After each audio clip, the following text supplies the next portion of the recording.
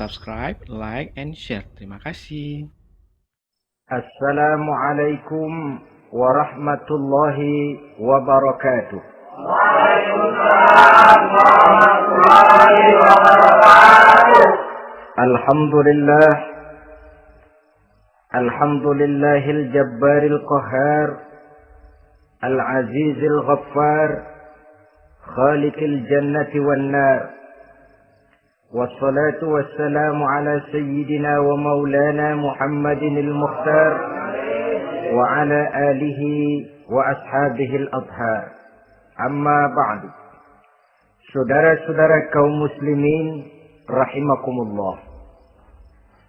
Pada pertemuan kali ini kita akan membicarakan tentang neraka dan calon-calon penghuninya. Sesungguhnya kalau kita bicara tentang neraka, artinya kita bicara tentang akhirat. Dan kalau kita bicara tentang akhirat, kita bicara tentang alam gaib yang merupakan salah satu dari rukun iman yang 6. Percaya kepada alam gaib. Kalau sudah bicara alam gaib, maka ini di luar batas kemampuan nilai-nilai ilmiah dan di luar batas kemampuan renungan filsafat.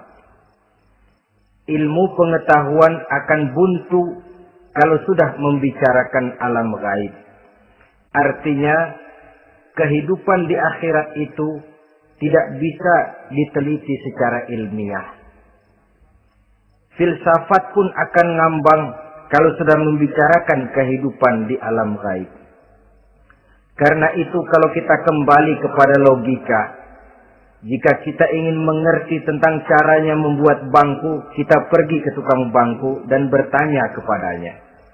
Kita ingin mengerti cara membuat mobil, kita pergi ke tukang mobil, ke bengkel mobil dan bertanya kepada ahlinya. Pun dalam urusan alam gaib, sudah sewajarnya kita kembali kepada penjelasan dari sang pencipta alam gaib, yakni Allah subhanahu wa ta'ala.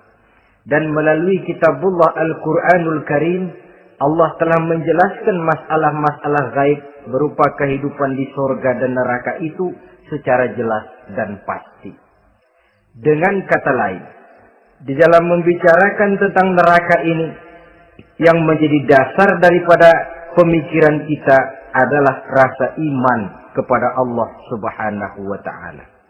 Karena soal neraka tidak pernah bisa dibuktikan dengan ilmu pengetahuan. Tidak bisa diselidiki sebab orang yang sudah pulang ke sana pun tidak pernah kembali lagi kemari untuk kita tanya bagaimana hal ihwal keadaan di sana.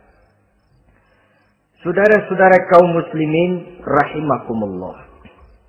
Neraka dalam istilah Quran selalu disebut dengan narun, yaitu suatu tempat di akhirat nanti yang wujudnya berupa api yang bergejolak, bernyala dengan teramat dahsyatnya, sehingga dapat mengelupaskan kepala setiap orang dan menjulang ke hati. Diriwayatkan oleh Imam Bukhari dan Muslim bahwa Rasulullah sallallahu alaihi wasallam pernah bersabda, "Narukum hadhihi allati tuqiduna juz'un min 70 jazaan min harri jahannam." Qalu, "Wallahi in kanat lakafiyatun ya Rasulullah." Qala, "Fa innaha fadlat bi 69 jazaa." Apimu yang kamu pakai di dunia ini, kata Nabi, untuk memasak, untuk menyalakan lampu, api yang kau pakai di dunia ini cuma satu bagian kecil dari 70 kali bagian panasnya neraka jahanam. Sahabat waktu itu terperanjat lalu berkata, "Wallah, in kanat lakafiyatun ya Rasulullah." Ya Rasul, api di dunia ini saja sudah cukup untuk menghanguskan kami, untuk menghanguskan apa yang ada. Bersabda Rasulullah sallallahu alaihi wasallam, maka sesungguhnya api neraka itu dilebihkan panasnya dengan 69 kali daripada panasnya api di dunia ini. Jadi sepanas-panasnya api yang pernah kita rasakan di dunia ini, maka api di neraka nanti 69 kali lebih panas dari api yang kita rasakan paling panas di dunia. Hadis yang senada dengan penjelasan ini di samping Jawahirul Bukhari, kita bisa menemukannya dalam Mukhtasar Tazkiratul Qurtubi dan Mukhtasar Ibnu Abi Jamrah misalnya. Saudara-saudara kaum muslimin rahimakumullah. Sehingga boleh jadi seringan-ringan azab penduduk neraka di akhirat nanti, kata Nabi, seorang yang di telapak kakinya diletakkan kerikil neraka yang sangat kecil, lalu mendidih otaknya. Itu seringan-ringannya. Di tapak kakinya diletakkan kerikil neraka yang oleh karena panasnya lalu mendidih otaknya. Itu yang paling ringan. Nggak apa-apa. Cuma segitu aja. Di telapak kakinya ditaruh kerikil, otaknya lalu jadi mendidih karena menahan panas. Pantas kalau satu hari Luqmanul Hakim pernah memberikan nasihat kepada anaknya. Kata beliau, anakku, kerjakanlah dosa seberapa kekuatanmu menanggung azab Allah. Dan laksanakan ibadah seberapa hajat dan keperluanmu kepada Allah. Berapa banyak hajatmu kepada Allah, begitulah kamu harus beribadah. Kalau kamu merasa tidak berhajat dan tidak perlu apa-apa kepada Allah, ya tidak usah ibadah. Logikanya kan begitu. Saudara-saudara, dalam hidup ini ada nggak yang nggak perlu kepada Allah? Ada nggak? Seluruh kita memerlukan Allah. Karena itu Luqman betul dengan bahasa diplomatis. Anakku, kerjakan ibadah seberapa hajatmu kepada Allah. Makin banyak hajatmu kepada Allah, makin banyak hendaknya kamu melaksanakan ibadah. Tapi kalau kamu sudah bisa merasa bisa hidup tanpa Allah, persilahkan kamu tidak usah ibadah. Sebaliknya, kerjakan dosa seberapa kekuatanmu menanggung azab siksaan Allah. Kalau merasa sudah belajar ilmu kebal, kira-kira di neraka nanti nggak apa-apa, persilahkan kerjakan dosa sebanyak-banyaknya. Tapi kalau masih berpikir, gua mah jangan dibakar di neraka, nginjek puntung rokok, gua lompat. Kalau masih berpikir ke situ, ya hati-hati, saudara-saudara. Nah, sebagaimana surga, neraka pun ada pintu-pintunya. Dan yang melalui pintu-pintu itu sesuai dengan dosa yang dia kerjakan pada waktu kehidupannya di dunia ini. Jadi setelah manusia diadili, mereka kumpul di padang mahsyar beramai-ramai. Yang mendapat kitab di tangan kanan, yang selamat dari proses pengadilan, yang sudah nyata lebih banyak kebaikannya daripada kesalahannya, wajah mereka berseri-seri. Tapi yang rapotnya merah, yang timbangannya lebih banyak kejahatannya, mereka mukanya udah pada gulem. Di tengah itulah kedengaran pernyataan dari Allah Subhanahu wa taala, "Salamun qaulan min Rabbir Rahim." Ada ucapan selamat dari Allah, Tuhan yang Maha Pengasih dan Maha Penyayang. Salamun alaikum. Selamatlah kamu, wahai orang-orang yang kelak akan sampai ke surga. Yang lulus di pengadilan dapat ucapan selamat dari Allah. Tapi pada saat itu juga Allah mengatakan, "Wamtazul yawma ayyuhal mujrimun." Pada hari ini, semua orang-orang yang kurang ajar, supaya minggir. Wamtazul yawma ayyuhal mujrimun. Orang-orang yang durjana, kelompok durhaka, para pembuat dosa, misah hari ini, minggir semuanya. Kamu akan digiring ke dalam neraka. Saudara-saudara kaum muslimin rahimakumullah. baik mereka yang akan menuju surga, baik mereka yang akan masuk ke dalam neraka, sama melintasi satu jembatan yang melintang di atas neraka. Dalam surah Maryam ayat 71 dan 72, walaupun jembatan itu tidak digambarkan secara jelas, tapi kita temukan penjelasan Allah sebagai berikut. Wa inna minkum illa wariduha, kana ala rabbika hatman maqdiyya, thumma nunajjil ladzina taqaw wa nadharu adh-dhalimina fiha jasiyya. Saudara-saudara, dan tidak ada setiap orang pun kecuali mereka akan melalui api neraka itu. Adapun orang-orang yang bertakwa, mereka diselamatkan oleh Allah. Sedangkan orang-orang yang zalim, mereka terlempar ke dalam jurang neraka. Nah, itu yang dinamakan dengan sirat. Ada memang riwayat menjelaskan bahwa sirat itu kecilnya seperti rambut dibelah 7, tajamnya lebih tajam dari mata pedang. Tapi dalam banyak hal, orang lewat di atas sirat itu bergantung kepada amalannya waktu dia hidup di dunia ini. Maka jangan heran ada orang yang lewat di atas sirat itu seperti kilat. Lep, sudah sampai di surga. Ada yang lewat di atas sirat itu seperti orang terbang. Ada yang lewat di atas sirat itu seperti orang lari. Ada yang seperti jalannya unta. Ada yang merangkak. Ada yang gelantungan. Ada yang sudah hampir sampai ke tepian sana untuk masuk ke dalam surga. Terpeleset nyemplung juga ke dalam neraka. Sesuai dengan amalan pada waktu mereka hidup di kehidupan dunia yang sekarang ini. Saudara-saudara kaum muslimin rahimakumullah. Apabila orang terperosok lalu masuk ke dalam neraka, bagaimanakah ihwal keadaan di neraka? Panasnya sudah kita jelaskan tadi. 70 kali lipat dari sepanas-panasnya api di dunia ini. Lalu orang-orang yang masuk ke dalam neraka, mereka juga mendapat pakaian, makanan, minuman, perhiasan. Tapi makanannya, minumannya, perhiasannya lain dengan orang-orang yang sampai di surga. Mereka juga diberikan buah-buahan, sebab di neraka juga ada pohon. Namanya pohon zakum. Buahnya duri dari api.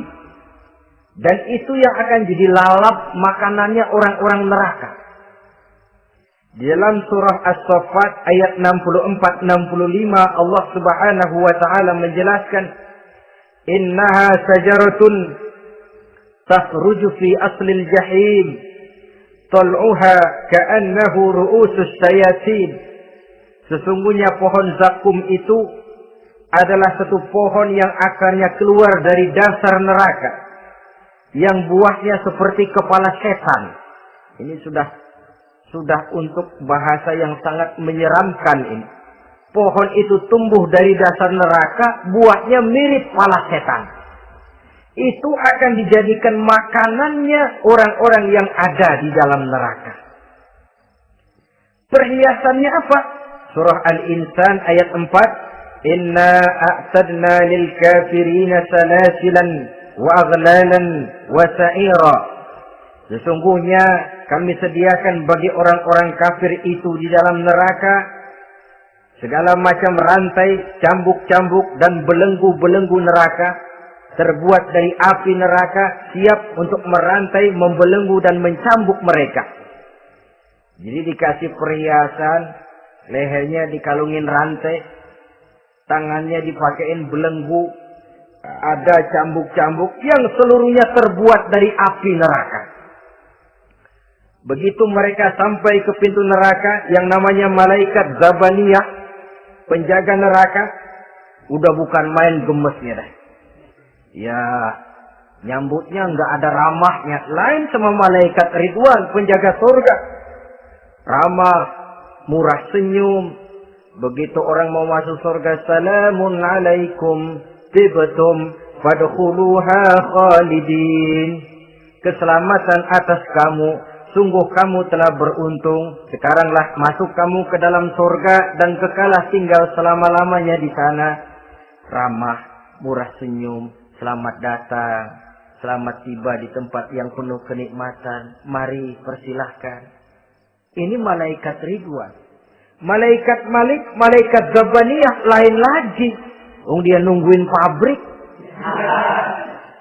Sadis menerima. Matanya melotot. Ini dia. Manusia-manusia kurang ajar. Yang waktu di dunia sudah datang para rasul. Sudah turun agama. Sudah datang Al-Quran tapi belagak pilon. Ini loh. Nih rantai. Belenggu. Lalu dirangkeng. Dimasukkan ke dalam neraka. Na'udzubillah. Summa na'udzubillah. Saudara-saudara. Lalu terpikir oleh kita. Kalau begitu panasnya api neraka. Sekali lempar orang terus mati dong. Ya enak kalau boleh begitu sih. Begitu dilempar ke neraka terus mati. Enak. Ternyata tidak.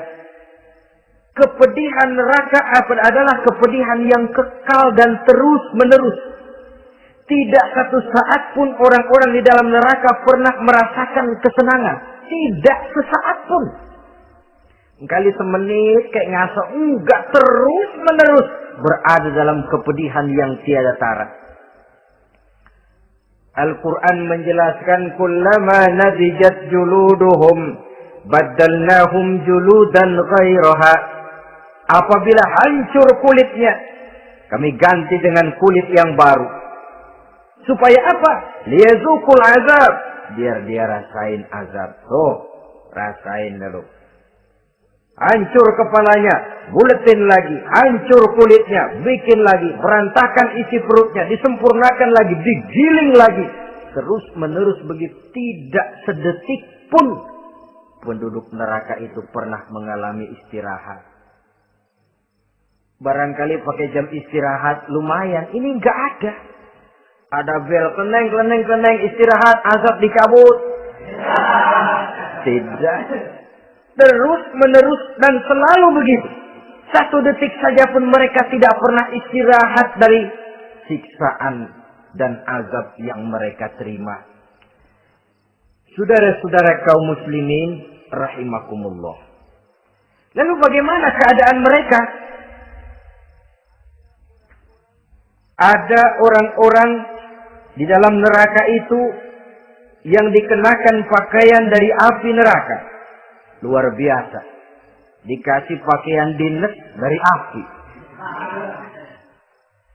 Kemudian kepalanya dituangi air yang sedang mendidih. Yang dengan tuangan air itu dihancur luluhkan segala isi perutnya dan kulit-kulitnya. Setelah itu mereka dicambuk dengan cambuk-cambuk dari besi. Apabila mereka hendak keluar dari neraka, mereka dicampakkan kembali ke dalamnya. Dan dikatakan kepada mereka, rasakan siksaan yang membakar ini. Dalam surah Al-Hajj ayat 19 sampai 22, kita bisa simak firman Allah Subhanahu wa taala. Fallazina kafaru qutti'at lahum thiyabun min nar yusabbu min fawqi ru'usihimul jahim yus'aru bihi ma fi butunihim wal julud wa lahum maqami'u min hadid kullama aradu an yakhruju minha min ghammin u'idu fiha wa zuqu 'azabal hariq na'udzubillah summa na'udzubillah. Diberikan pakaian dari api, melolong, menyayat dia, memilukan, merintih dan meraung-raung. Lalu kepalanya diguyuri dengan air yang sangat mendidih. Hancur luluh isi perutnya. Masih dicambuk lagi dengan cambuk-cambuk dari besi. Mereka merambat. Mereka meraung. Mereka hendak lari. Mereka ingin keluar dari neraka. Tapi tiap kali mereka merambat ingin keluar, ditarik lagi. Kalau bicara kita, ayo, mau kemana lo? Apa kata malaikat penjaga neraka? Zuku azabal hariq, rasa ini makan pencarian lu waktu di dunia. Saudara-saudara, lalu ada pula siksaan penduduk neraka itu, di mana dahi, lambung dan punggung mereka dipanggang dengan api neraka. Allah karim. Kita di dunia ini tertusuk paku saja waktu berjalan sudah bukan main pedihnya. Tertusuk duri saja sudah bukan main pedihnya. Ini punggungnya, lambungnya macam disate, dipanggang dari api neraka. Dalam At-Taubah ayat 35 kita temukan firman Allah, "Fi nari jahannama fatukwa biha ibahuhum wa junubuhum wa zuhuruhum." Na'udzubillah summa na'udzubillah. Kemudian ada pula penduduk neraka itu yang disiksa, lehernya diikat dengan rantai. Mereka spontan diseret-seret dengan sekeras-kerasnya dan dilemparkan ke dalam lautan air yang sedang mendidih. Kemudian mereka dibakar dalam api yang bergejolak dan menyala-nyala.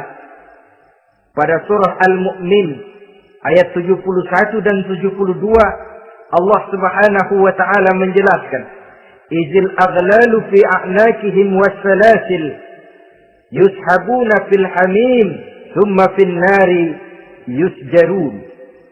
Ketika belenggu dan rantai dipasang di leher mereka supaya mereka diseret ke dalam air yang sangat panas, kemudian mereka dibakar dalam api.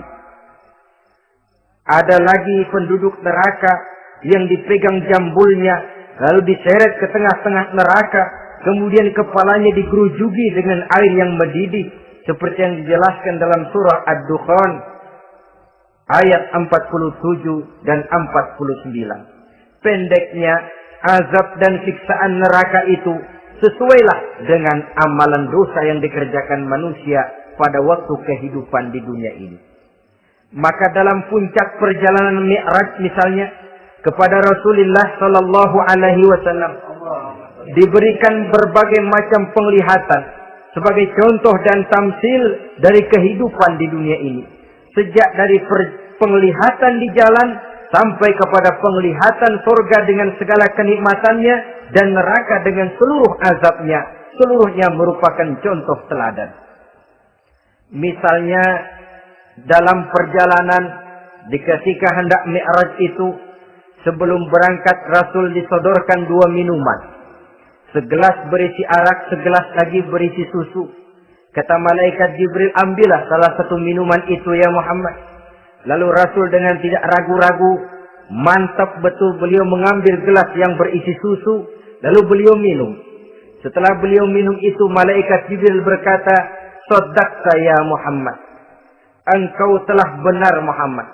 Laqad asabtal haqq, pilihanmu tepat. Kenapa ya Jibril? Untung susu yang kamu minum Muhammad. Kalau arak yang kamu ambil, pasti umatmu bakal jadi umat yang teler semua. Ini pun satu contoh buat kita semua, bahwa dalam kehidupan kita selalu berhadapan dengan susu dan arak, berhadapan dengan hak dan batil, berhadapan dengan benar dan salah. Maka hati-hati kita jangan sampai salah pilih karenanya. Lalu yang ada kaitannya dengan persoalan kita, penglihatan yang diberikan Allah kepada beliau di neraka. Beliau melihat sekelompok orang dilontari kepalanya dengan batu dari api neraka. Tiap kali dilontari kepala itu hancur berkeping-keping, berantakan otaknya. Lalu dibulatkan kembali. Setelah kepala itu bulat kembali, disambitin lagi. Menjerit, meraung, merintih kesakitan, hancur kepalanya, berantakan otaknya. Lalu dibulatkan lagi, terus menerus begitu, tidak pernah berhenti. Sampai Rasul bertanya, "Ya Jibril, ini orang kenapa kepalanya dilontari dengan api neraka sampai hancur lalu dibulatkan kembali?" Kata malaikat Jibril, "Ya Muhammad, itulah contoh daripada umatmu yang berat untuk sujud kepada Allah Tuhannya. Itulah contoh dari umatmu yang waktu hidup di dunianya tidak pernah mendirikan sholat sama sekali. Sombong yang paling sombong adalah sombong kepada Allah. Artinya tidak mau sujud kepada Sang Maha Penciptanya. Jadi barangkali saudara punya cita-cita atau keinginan, saya mau yang ini saja, persilahkan, nggak usah sembahyang.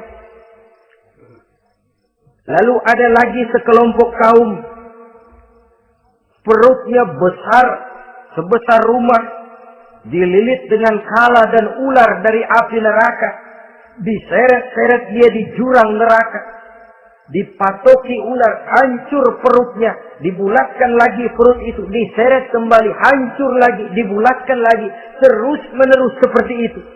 Kata Nabi Jibril, ini apa lagi? Kata malaikat Jibril, wahai Muhammad, inilah contoh daripada umatmu yang waktu di dunia suka makan riba alias renten dan suka makan harta anak yatim, suka ngobyekin anak yatim. Sok jadi pengasuh anak yatimnya lapar, pengasuhnya yang pada kenyang.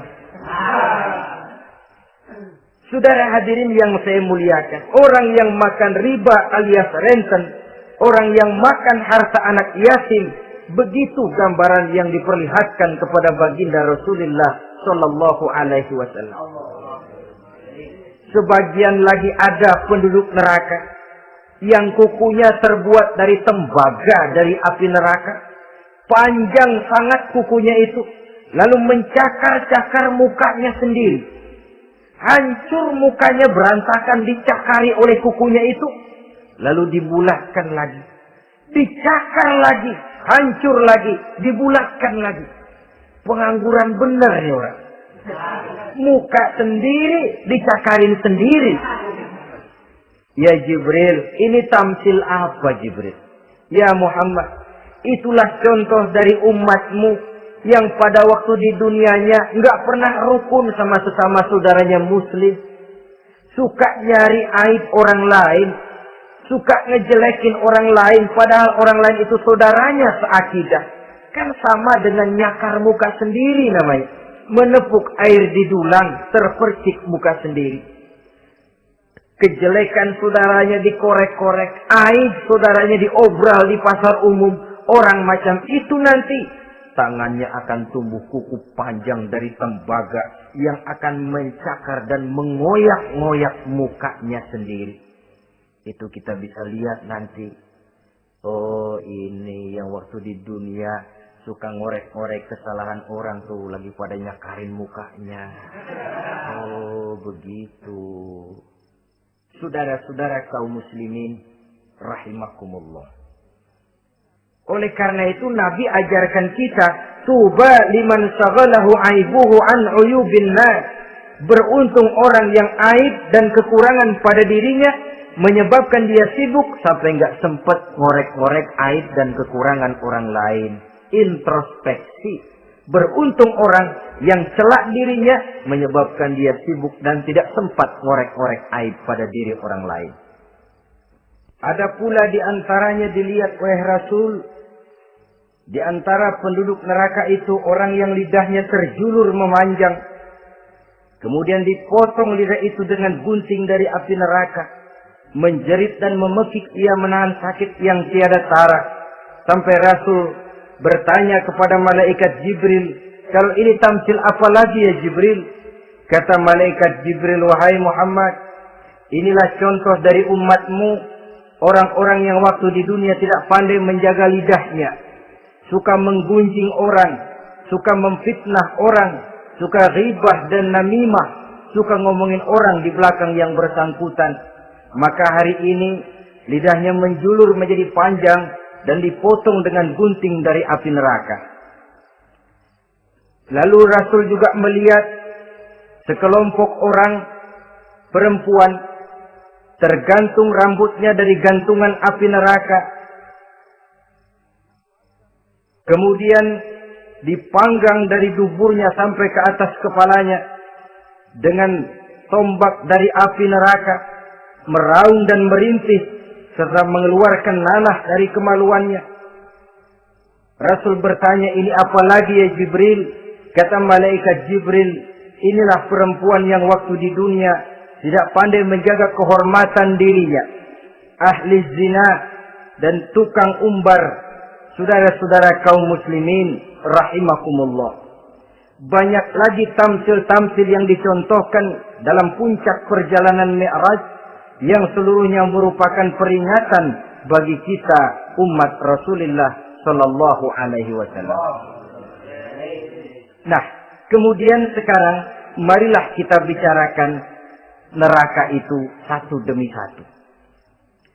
Yang pertama, dan ini yang paling dikenal orang, neraka Jahannam atau naru Jahannam.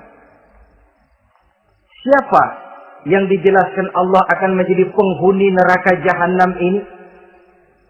Pertama dalam surah Al-Ankabut ayat 68. Wa man azlamu mimman iftara 'ala Allahi kadziban aw kadzdzaba bil haqqi lamma ja'ahu alaysa fi jahannam maswal lil kafirin. Adapun orang-orang yang zalim kepada Allah, mendustakan ayat-ayat Allah dan mendustakan kebenaran setelah datang kebenaran itu, bukankah neraka Jahannam merupakan tempat kembali bagi orang-orang kafir? Jadi dalam Al-Ankabut ayat 68 ini dijelaskan, penduduk neraka Jahannam itu pertama adalah orang-orang kafir. Siapa orang kafir? Menurut keyakinan akidah kita, setiap orang di luar Islam adalah kafir. Kemudian yang kedua dalam surah Al-Hijr ayat 42 dan 43, penduduk neraka Jahannam itu, inna ibadi laisa laka alaihim sultanun illa man ittaba'aka minal ghawin wa inna jahannama lamaw'iduhum ajma'in. Sesungguhnya hamba-hambaku tidak akan bisa kamu kuasai, hai iblis, kecuali mereka yang mengikuti tipu dayamu. Sesungguhnya neraka Jahannamlah tempat mereka seluruhnya. Kalau kita perhatikan ayat ini, maka penghuni neraka Jahannam yang kedua adalah para pengikut setan. Para pengikut setan dengan seluruh ajaran-ajaran yang dilancarkan oleh setan. Padahal pada saat hendak masuk neraka, setan jelas cuci tangan. Tugasnya cuma bagaimana mencari pengikut sebanyak-banyaknya yang akan nemenin dia di neraka nanti. Tapi pada saat orang digiring ke dalam neraka, setan cuci tangan. Mungkin orang menuntut, setan, gue ngikutin lu, sekarang kenapa jadi kemari? Nah, gue bilang juga apa? Kata setan, gue bilang juga apa, lu kenapa ngikutin?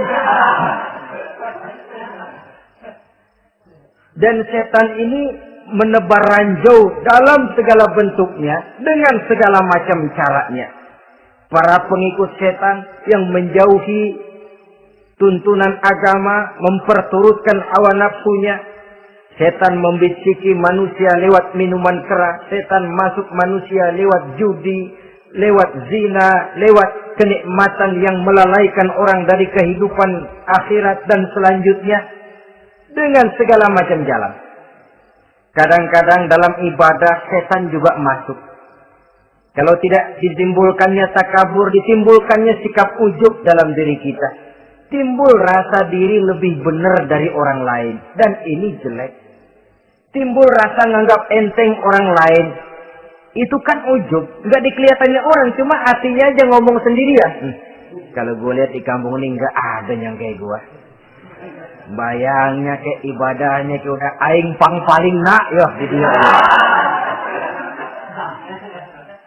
Itu juga bisikan iblis. Dan dia tidak segan-segan mengaku jadi Tuhan iblis itu. Dan ini diceritakan dalam kehidupan Sayyidus Syekh Abdul Qadir Jailani. Ketika beliau sedang ibadah di mihrab dalam masjid, datang seberkas sinar. Sinar itu ngomong, ya Abdul Qadir, ana rabbuk. Hai Abdul Qadir, aku Tuhanmu, kata cahaya tadi. Sudah cukup kamu ibadah Abdul Qadir.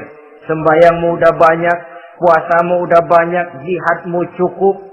Maka mulai sekarang berhenti dah ibadah. Aku bolehkan kepada kamu segala yang dilarang. Cuma yang didatangi Syekh Abdul Qadir. Sehingga mendengar cahaya tadi ngomong begitu, beliau ambil kasut sendal, disambitnya cahaya tadi, izhab ya la'in. Pergi, laknat terkutuk, iblis kamu. Masa saya disuruh berhenti sembahyang karena hati saya sudah baik? Kalau hati sudah baik lalu boleh berhenti sembahyang, mestinya yang paling dulu berhenti sembahyang Nabi Muhammad, sebab beliau orangnya paling baik. Tapi Nabi hatinya baik, sholat jalan terus, hukum halal haram berlaku. Ini kadang-kadang orang sekarang baru ibadah dikit banget merasa dapat bisikan katanya, wangsit. Dia berhenti sembahyang madep mulu, nah madep mudik sembahyang. Bikin ajaran yang aneh-aneh. Nah kalau satu orang boleh dapat wangsit, saya juga boleh dong ngomong dapat wangsit. Saya juga boleh dong mendirikan aliran kepercayaan. Saya ngilang dulu dari kampung saya kira-kira 3 tahun. Saya nyepi di kaki Gunung Salak, pulang piara jenggot, pakai belangkon. Di depan nama saya pakai embel-embel mbah. Saya ngaku dapat wangsit di Gunung Ano, mewahyukan kepada saya ano. Saya cari murid yang fanatik. Saudara-saudara kaum muslimin rahimakumullah. Setan membisiki manusia hatta kita sedang ibadah sekalipun dibisikin. Caranya, mula-mula dia bisikin, lu sembahyang buru-buru dah. Buru-buru udah. Akhirnya apa? Rukuk kita nggak sempurna, sujud kita nggak lengkap, tumak ninah kita kurang, bacaan kita tajwidnya nggak kena. Kalau itu bisa kita atasi, kita sembahyang sebagaimana yang seharusnya, dia bisiki lewat jalan lain lagi. Suruhnya yang pendek-pendek aja dah. Atau habis sembahyang udah sigrah, udah jangan pakai wirid, jangan pakai zikir. Dengan segala macam jalan. Dibisikinya was-was ke dalam diri kita. Hingga ada satu riwayat walaupun dhaif, tapi ini baik untuk dijadikan pelajaran. Konon iblis itu kalau subuh keliling dia. Bawa kulit kambing, jarum, sama tepung. Ditanya orang, iblis ini buat apa? Oh, kulit kambing. Gunanya tahu nggak? Kalau begitu subuh, sudah muazin bilang, as-salatu khairum minan naum. Salat lebih baik daripada tidur. Maka ini kulit kambing mulai aku hamparkan buat hamba-hamba Muhammad. Jadi begitu dengar azan, cuma udah bikin anget udah tidur. Kenapa? Kulit kambing belis masuk. Saudara-saudara, lalu kata orang tadi lagi, lah kalau tepung buat apa itu? Oh, tepung. Itu kalau umat Muhammad mau baca Quran, baca kitab, mutolaah, gua aurin tepung makanya. Biar dia sepet. Makanya kalau sudah ngaji, baca Quran, bawaannya udah ngantuk aja ngantuk. Oh begitu, iya. Nah kalau duri paku itu buat apa? Nah ini duri paku. Kalau umat Muhammad mau hadir di majelis taklim, mau pergi ngaji, mau duduk iktikaf di masjid, gua pasangin paku di pantatnya. Jadi kalau sudah duduk di masjid, keleset. Hadir di majelis taklim, keleset. Bawaannya mau udahan melulu. Itu duri-duri dan paku-paku yang memang ditebarkan oleh iblis. Saudara-saudara kaum muslimin rahimakumullah. Jadi para pengikut setan dengan segala macam perangkapnya ini pun. Ya perangkap setan itu ya dunia. Dunia itu ya isinya harta, tahta, wanita. Kan perangkap dunia itu. Harta, tahta, wanita ini sering bikin orang buta. Perangkap dunia dan merupakan perangkap setan sekaligus.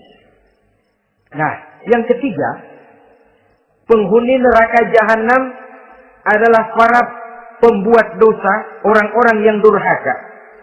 Dalam Thaha ayat 74 Allah menjelaskan, "Innahu may ya'ti rabbahu mujriman fa inna lahu jahannam."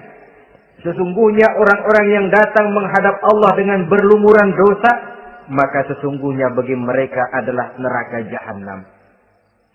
Dan yang keempat, penghuni neraka jahanam orang yang kufur nikmat. Tidak cuma kufur iman, tapi kufur nikmat bisa menyebabkan orang masuk neraka jahanam. belum pernah merasakan dalam hidupnya bahwa Allah memberikan nikmat kepadanya, bagaimanapun besar karunia dan nikmat itu. Dalam surah Ibrahim ayat 28-29 Allah menjelaskan, alam tara ilal ladzina baddalu ni'matallahi kufran wa ahallu qaumahum darul bawar jahannama yaslaunaha wa bi'sal qarar. Tidaklah engkau perhatikan, tidaklah kau lihat orang-orang yang mengganti, menukar nikmat Tuhannya dengan kekufuran. Diberikan nikmat berupa Islam, digantinya dengan kekufuran. Dia tidak tahan kesengsaraan dunia lalu memilih kesengsaraan akhirat. Padahal kesengsaraan akhirat lebih abadi dari kesengsaraan dunia. Ada orang yang gak tahan miskin dunia, lalu menjatuhkan pilihan lebih memilih miskin akhirat. Ya Allah, keliru besar. Karena nggak tahan hidup miskin di dunia, ada yang nawarin ngasih supermi 3 bungkus, iman helap. Ada yang ngasih beras, pindah agama. Ada yang bawain pakaian bekas, tukar akidah, pindah iman. Innalillah. Ditukar kemiskinan dunia dengan kemiskinan akhirat. Padahal kemiskinan dunia berapa tahun? Setahun umur manusia. Sepanjang-panjang umur orang sekarang kan. 100 tahun udah jarang umur orang sekarang. 70 aja udah cakep tuh. Sebenarnya kalau 70 tuh ada jatah lebih tuh, 7 tahun. Toh kalau ikut Nabi 63 tahun kan, Nabi wafat. Kalau kita sudah umur 70 tuh ada jatah ekstra 7 tahun. Oh ya, dimanfaatkan baik-baik mestinya. Taruhlah kemiskinan dunia, bagaimanapun melaratnya dunia, bagaimanapun sengsaranya dunia, cuma sebatas umur kita. Tapi kalau nikmat Islam ini harus kita tukar dengan yang lain. Baddalu ni'matallahi kufran, menukar, mengganti nikmat yang diberikan Allah dengan kekufuran. Artinya kita menukar kemiskinan sementara dan kita memilih kesengsaraan dan kemiskinan abadi. Di akhirat kita miskin, di neraka kita miskin, miskin abadi. Di neraka kita sengsara, sengsara abadi. Saudara-saudara kaum muslimin rahimakumullah. Itu neraka jahanam. Yang kedua dinamakan neraka jahim. Siapa mereka ini para penghuninya? Siapa mereka ini para penghuninya? Pertama dalam surah At-Takatsur, yaitu orang-orang yang bermegah-megah dengan dunia, menumpuk-numpuk harta, lalu lupa dengan kesibukan harta itu, lupa kepada kehidupan yang akhirat nanti. Alhaakumut takatsur hatta zurtumul maqabir kalla sawfa ta'lamun thumma kalla sawfa ta'lamun kalla law ta'lamuna ilmal yaqin la tarawunnal jahim. Kamu telah lalai akibat apa? At-takatsur. Ini penyakit pertama yang menyebabkan orang sampai ke neraka jahim. Penyakit takatsur. Dan itu penyakit zaman sekarang. Berlomba-lomba dengan kemegahan materi. Berlomba-lomba dengan kemegahan dunia. Padahal kalau urusan itu kita berlomba, tidak akan pernah sampai finish. Percayalah itu. Tidak akan pernah finish. Sebab kemegahan dunia siklus, lingkaran setan. Kita anggap kalau punya duit 1 juta tenang. Punya 1 juta berubah pikiran. Lain lagi. Kita anggap kalau punya mobil enak. Sudah punya mobil, lain lagi problemnya. Kita anggap kalau rumah sudah gedung, enak hidup. Punya rumah gedung, lain lagi problemnya. Makanya pesan Nabi kalau ingin hidup tenang, urusan dunia lihat ke bawah, urusan akhirat lihat ke atas. Sering dicontohkan kalau punya mobil, bilang alhamdulillah kita punya mobil, tangga kita cuma punya motor. Kata yang punya motor, syukur banget kita punya motor, tangga kita punya sepeda doang. Kemana-mana kekejek mulu. Dayung. Kata yang punya sepeda, alhamdulillah kita punya sepeda, tetangga kita cuma jalan kaki, kemana-mana ngetuk mulu. Kata yang jalan kaki, alhamdulillah masih bisa jalan, tangga kita sebelah lumpuh bertahun-tahun nggak kemana-mana. Kata yang lumpuh, alhamdulillah masih hidup, tangga kita kemarin mati nggak balik lagi. Itu dalam urusan dunia. Sehingga sifat takasur ini hilang. Tapi urusan akhirat, lihat ke atas. Kalau dia begitu sibuknya bisa jaga sholat, kenapa saya tidak? Kalau dia hidupnya sederhana, rajin sedekah, kenapa saya yang lebih kok enggak sanggup? Kalau dia bisa baca Quran, kenapa saya enggak? Lalu timbul gairah ingin mencontoh. Mencontoh orang dalam urusan ibadah menimbulkan ketenangan jiwa. Dan itu ada garis finishnya.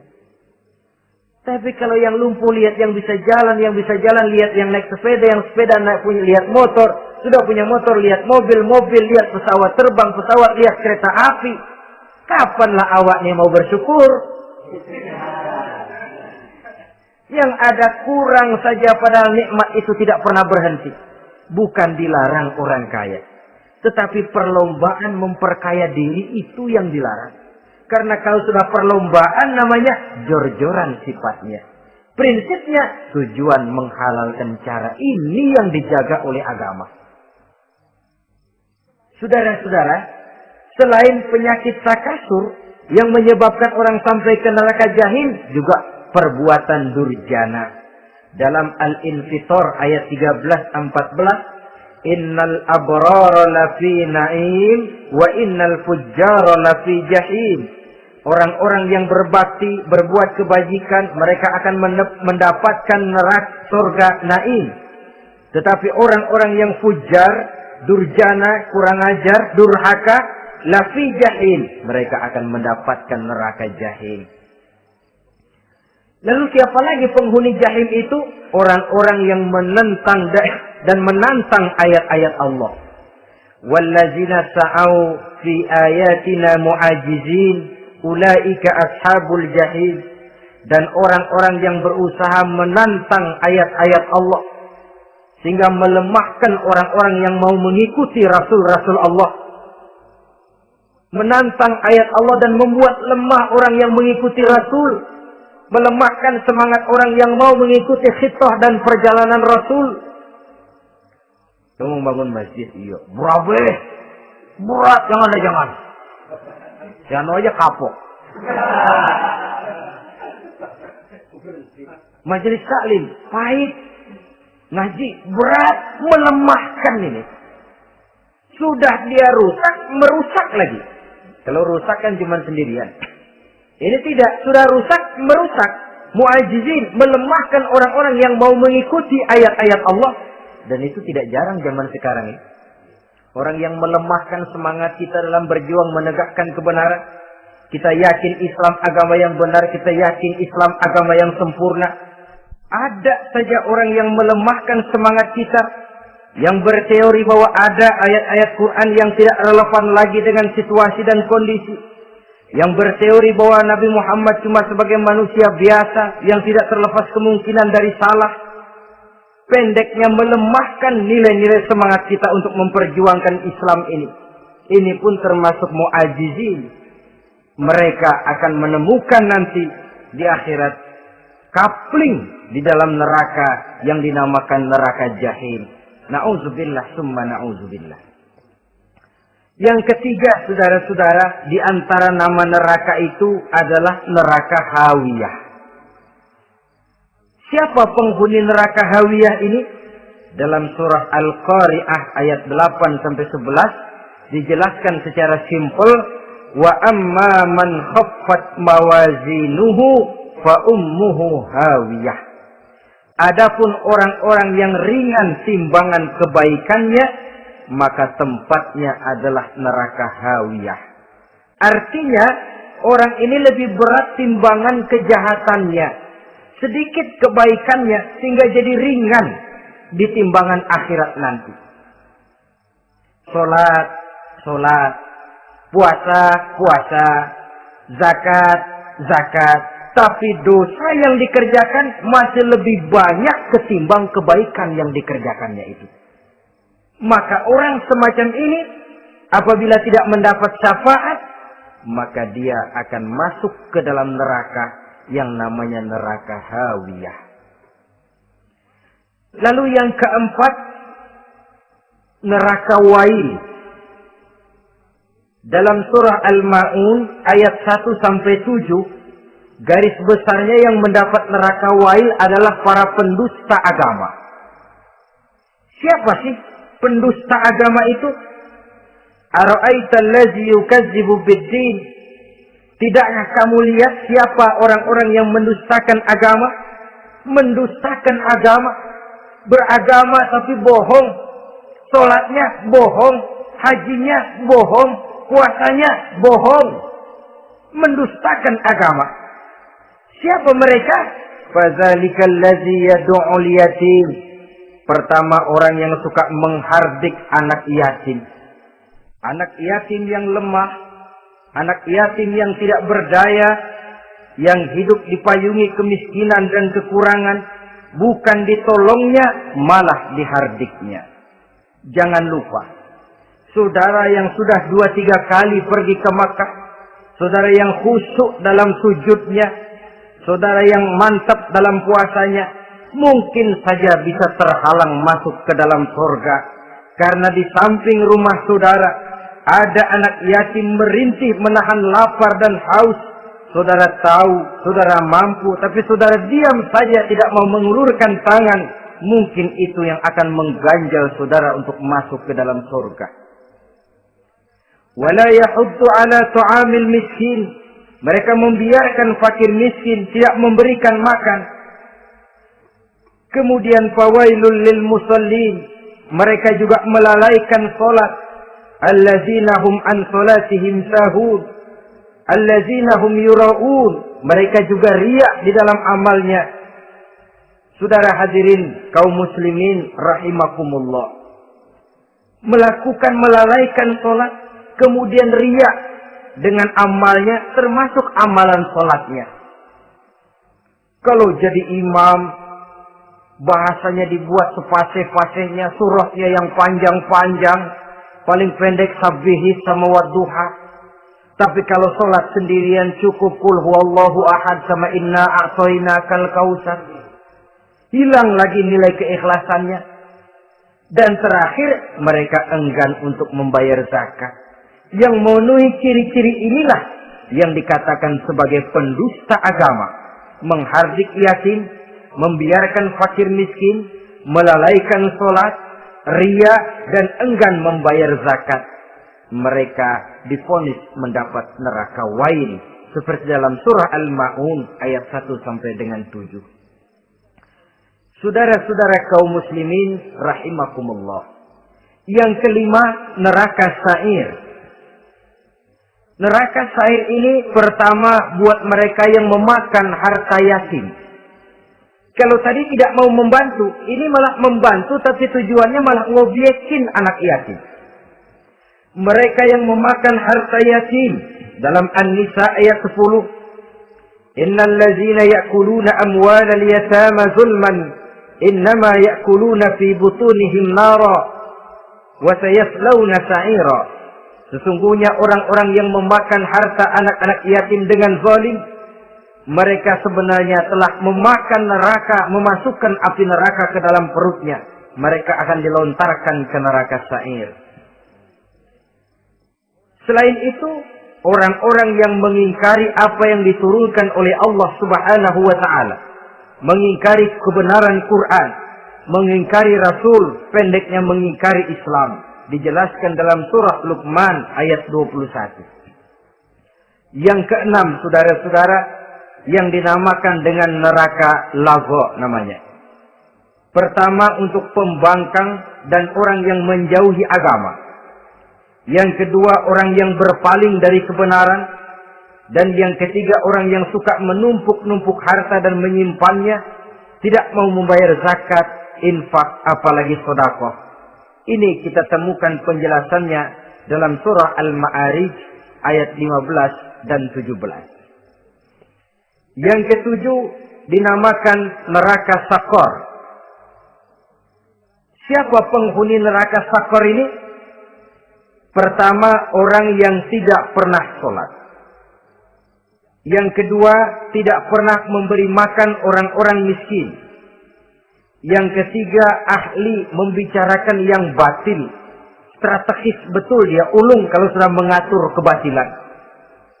Kemudian yang keempat, orang yang mendustakan hari akhir. Dalam surah Al-Muddatsir ayat 42 sampai 47, kepada penduduk neraka Sakor ditanya, "Ma salakakum fis Sakor?" Apa yang menyebabkan kamu masuk ke dalam neraka Sakor? Qalu lam naku minal musallin wa la naku nut'imal masakin wa kunna nakhudu ma'al khaidin wa kunna nukazzibu yaumaddin. Mereka menjawab, kami di dunia tidak pernah sholat, tidak pernah memberi makan fakir dan miskin. Kami selalu berkumpul dengan orang-orang yang batil dan membicarakan kebatilan, dan kami mendustakan adanya hari akhir. Yang kedelapan, yang terakhir adalah neraka Hutamah. Ini diperuntukkan bagi para pengumpat, pencela, para penghina orang lain, mencari aib saudaranya, kemudian juga mereka menumpuk, menghitung-hitung harta, lalu kikir dan bakhil dengan hartanya itu. Dalam surah Al-Hujurat ayat 11-12, kemudian surah Al-Humazah ayat 1 sampai dengan 7, kita temukan penjelasan itu. Pada akhirnya, saudara-saudara, kalau penduduk surga mereka kekal di dalamnya, maka penduduk neraka ini ada dua macam. Ada penduduk musiman, ada penduduk permanen. Kalau yang namanya penduduk permanen, itu sudah punya paspor, KTP. Memang penduduk permanen itu mereka yang kekal selama-lamanya di dalam neraka. Mereka lah orang-orang musyrik dan orang-orang kafir, termasuk orang-orang munafik. Bahkan lebih dahsyat lagi yang namanya munafik. Kata Allah, innal munafiqin fid darkil asfal minan nar. Orang munafik itu berada di dasar jurang neraka yang paling bawah, keraknya neraka. Saudara-saudara, adapun penduduk yang semi permanen, ia masuk neraka buat sementara saja, sekedar dengan dosa-dosa yang dikerjakannya. Mereka adalah orang-orang mukmin yang asli, orang-orang Islam yang waktu di dunianya berbuat dosa. Mereka masuk ke dalam neraka, menerima azab sesuai dengan dosa yang dikerjakannya. Setelah itu mereka akan diangkat dari surga untuk ditempatkan di dalam. Mereka akan diangkat dari neraka untuk ditempatkan di dalam surganya Allah Subhanahu wa ta'ala. Seperti banyak dijelaskan dalam hadis-hadis sahih yang diriwayatkan oleh Imam Bukhari dan Muslim.